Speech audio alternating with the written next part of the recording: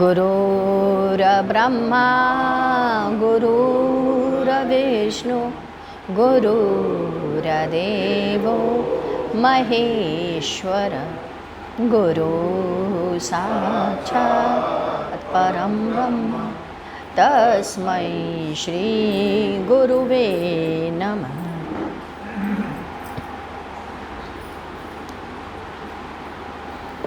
15 नवंबर सन 1993।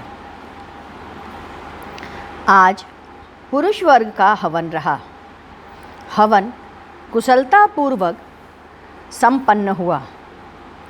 प्रातःकाल गुरुदेव आए और फिर उनको मूर्ति टूटने की बात कही गई।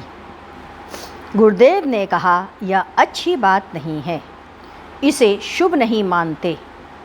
हम जिसकी पूजा करते हैं वह हम ही से टूट जाए। हवन के समाप्ति के बाद माला और कलश यह सब हिलाया गया और हम लोग उसे लेकर गंगा जी में प्रवाहित करने गए। एक घटना घटी। गुरुदेव ने गंगा जी जाने में लोगों से बात कर रहे थे। उसमें अनिल, बलराम, बाबू, सोनू, अशोक जी शिवपुर, यही 5 आए। मेरी भी इच्छा थी जाने की, परंतु गुरुदेव ने मेरा नाम नहीं लिया। सभी लोग जब चलने लगे तो मैंने कहा, हम भी गंगा जी चले जाएं। गुरुदेव ने न हाँ कहा न ना कहा। मैं चल दिया। मेरे स्कूटर पर बाबू बैठे थे। औरंगाबाद चौमहानी पहुंचते ही अचानक गाड़ी का पिछला पहिया पंचर हो गया। खैर, गाड़ी बलराम के यहाँ रख करके फिर बाबू की गाड़ी से हम लोग चले गए। वापस आने पर गुरुदेव को बात बताई गई। उन्होंने कहा, मेरी इच्छा अंदर से नहीं थी कि तुम जाओ, परंतु तुम अपने मन से चले गए। जब तक मैं कहूँ नहीं तब तक अपने मन से कार्य ना करो। उसी दिन मैंने तय कर लिया कि अपनी इच्छा लेकर के मैं कभी भी किसी भी चीज़ में शामिल नहीं होऊंगा। उसके बाद 16 नवंबर, आज गुरुदेव ने सबको डांटा। यहाँ पर आप सिर्फ हटी और टिटोली करने आते हैं, आपस में बात करने आते हैं। परिणाम इसी का हुआ कि मूर्ति पूजा के समय वह मूर्ति टूट गई। जयराम भैया और बलराम जी को मुख्य रूप से डांट पड़ रही थी। शेष हम सब वहाँ बैठे थे। 5 बजे सायंकाल से लेकर के 6:30 बजे तक 1.5 घंटे तक गुरुदेव हम सभी को डांटते रहे और समझाया भी। गुरुदेव के शब्दों में, आप लोग यहाँ सत्संग नहीं कर रहे, आप लोग यहाँ समय बिताने आ रहे, विसंगतियों के साथ होते जा रहे। मैं क्या कर सकता हूँ? मैं जब स्थिति ठीक करता हूँ तो बलराम की ओर संकेत करते हुए यह जनाब हंसी करते हैं। मैंने कब कहा कि आप हंसी और दिल लगी मत करो? अरे, पूजा और जप के समय तो गंभीर बनो। साल भर तक बांधा बनी रहेगी। मूर्ति के टूटने का कार्य इतना अशुभ होता है। अब जयराम से कह रहे, ये टीम के प्रमुख हैं, कोई कार्य नहीं करते, गैर जिम्मेदारी हरकत करते हैं। और क्या कहेंगे? क्यों जयराम, तुम्हारा भाई से टूटा ना मूर्ति तो तुम मौन हो।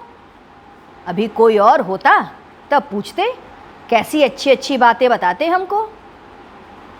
तुम लोग अनाप शनाप कार्य करते हो। तुम्हारा बेटा सो रहा होता और फिर कोई कृत्य करते, तब तुम्हें कैसा लगता जयराम? तुम सब पशु से भी बदतर हो। यहाँ रहने लायक नहीं हो। साधना करेंगे साले, पता नहीं क्यों यहाँ आ गए हैं। मैं बनाना चाह रहा हूँ और ये बिगाड़ने पर पड़े हैं। अरे हत्यारे हो तुम लोग। मैं कह रहा हूँ, नहीं टूटी होती मेरी कलाई, अपने ऊपर मैंने ले लिया। आस की भूल को, आपके लापरवाही को।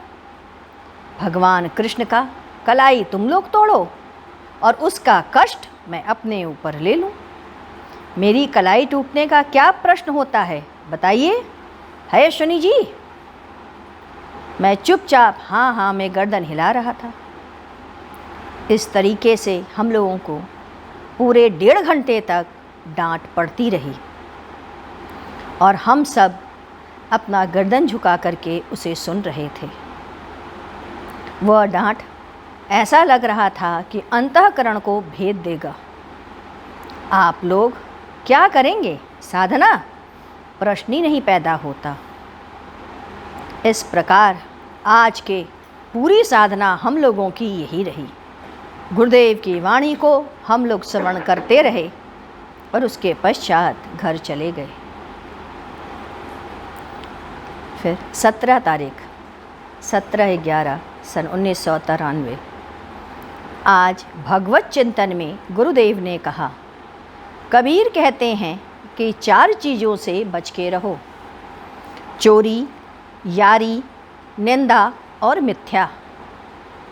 चोरी जो अपना नहीं है, मालिक ने अनजाने में आप अपना उसे बना लें, यह चोरी है। मालिक को पता न हो और आप उसे अपना कहें, यह चोरी है।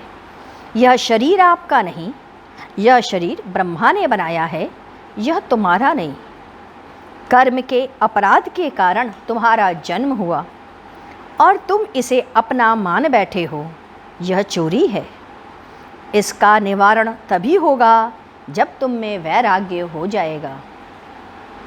यारी, दुनिया में मित्र, समाज, भाई, बंधु, यह तुम्हारी उपज नहीं है। यह स्वयं आते हैं, आपकी धन और संपत्ति दोनों को क्षय करा देते हैं। इन्हें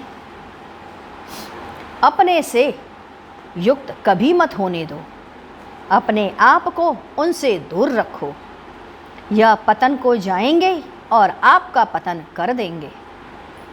निंदा, हर वस्तु में खोजबीन करना, सही आकलन चीज़ों का न करना, अप्रिय निंदा करना। निंदा वाह्य तत्व है, माया का पक्ष है। किसी का उपहास करना, किसी के चरित्र का हनन कर देना। सब्जी खराब बनी है, मत खाओ, यह सही है, परंतु इसका निंदा मत करो। मिथ्या, सही चीज़ को न मानना, जो सत्य है उसे अस्वीकार कर देना। मिथ्या आचरण करना, आप गुरु के योग्य नहीं हैं परंतु अपने पैर की पूजा करवा रहे हैं, यह मिथ्या है। अंतःकरण की शुद्धि के लिए आवश्यक है कि मन, चित्त, बुद्धि और अहंकार को शुद्ध करें। कामना व वासना के कारण ही हम अपने अंदर प्रवेश नहीं कर पाते। इसके पश्चात 18 तारीख ये हम लोग आगे पढ़ेंगे। 18 नवंबर आज अजय आए थे। अजय बिस्वा वाले अजय भैया, उनके भाई। उन्होंने गुरुदेव से बहुत सा प्रश्न किया। उसमें एक का उल्लेख यहाँ कर रहे। कहा, मैंने कहीं पढ़ा है भैया, गायत्री जप गृहस्थ को नहीं करना चाहिए। गुरुदेव ने कहा, क अजय, गृहस्थ कौन है? वे जो कामनाओं और वासनाओं से रहित हैं और न चाहने की इच्छा है, ऐसे व्यक्ति गृहस्थ होते हुए भी गृहस्थ नहीं होते।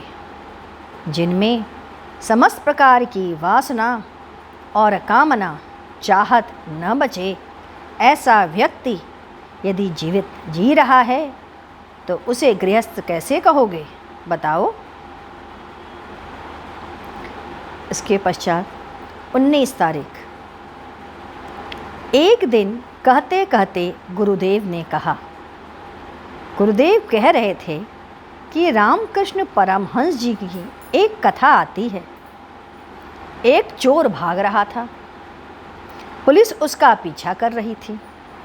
भागते भागते चोर एक पेड़ के नीचे बैठ गया। उपली की राख रखी हुई थी। उसने उस पूरी राख को अपने शरीर में लगा लिया। अब पुलिस आई तो उसने समझा, लगता है कोई महात्मा बैठा हुआ धूनी रमाए है। उसने पूछा, अरे बाबा, इधर से कोई चोर को भागते हुए देखा है क्या? उस चोर ने कहा, चोर तो सभी हैं, सभी तो अपने जीवन से भाग रहे। और वास्तव में वह चोर साधु बन गया। आइए चले हम लोग गुरु कीर्तन करें। ओम गुरुमंगलम ओंकार मंगलम गुरु मंगलम गुरुदेव मंगलम। ओम मंगलम ओंकार मंगलम गुरु मंगलम गुरुदेव मंगलम। ओम मंगलम ओंकार मंगलम गुरु मंगलम गुरुदेव मंगलम। ओम मंगलम ओंकार मंगलम गुरु मंगलम गुरुदेव मंगलम। ओम मंगलम ओंकार मंगलम गुरु मंगलम गुरुदेव मंगलम। ओम मंगलम ओंकार मंगलम गुरु मंगलम गुरुदेव मंगलम। ओम मंगलम ओंकार मंगलम गुरु मंगलम गुरुदेव मंगलम। बोलिए सद्गुरुदेव की जय। सद्गुरु तुम्हें शत शत नमन। सद्गुरु तुम्हें शत शत नमन। सद्गुरु तुम्हें शत शत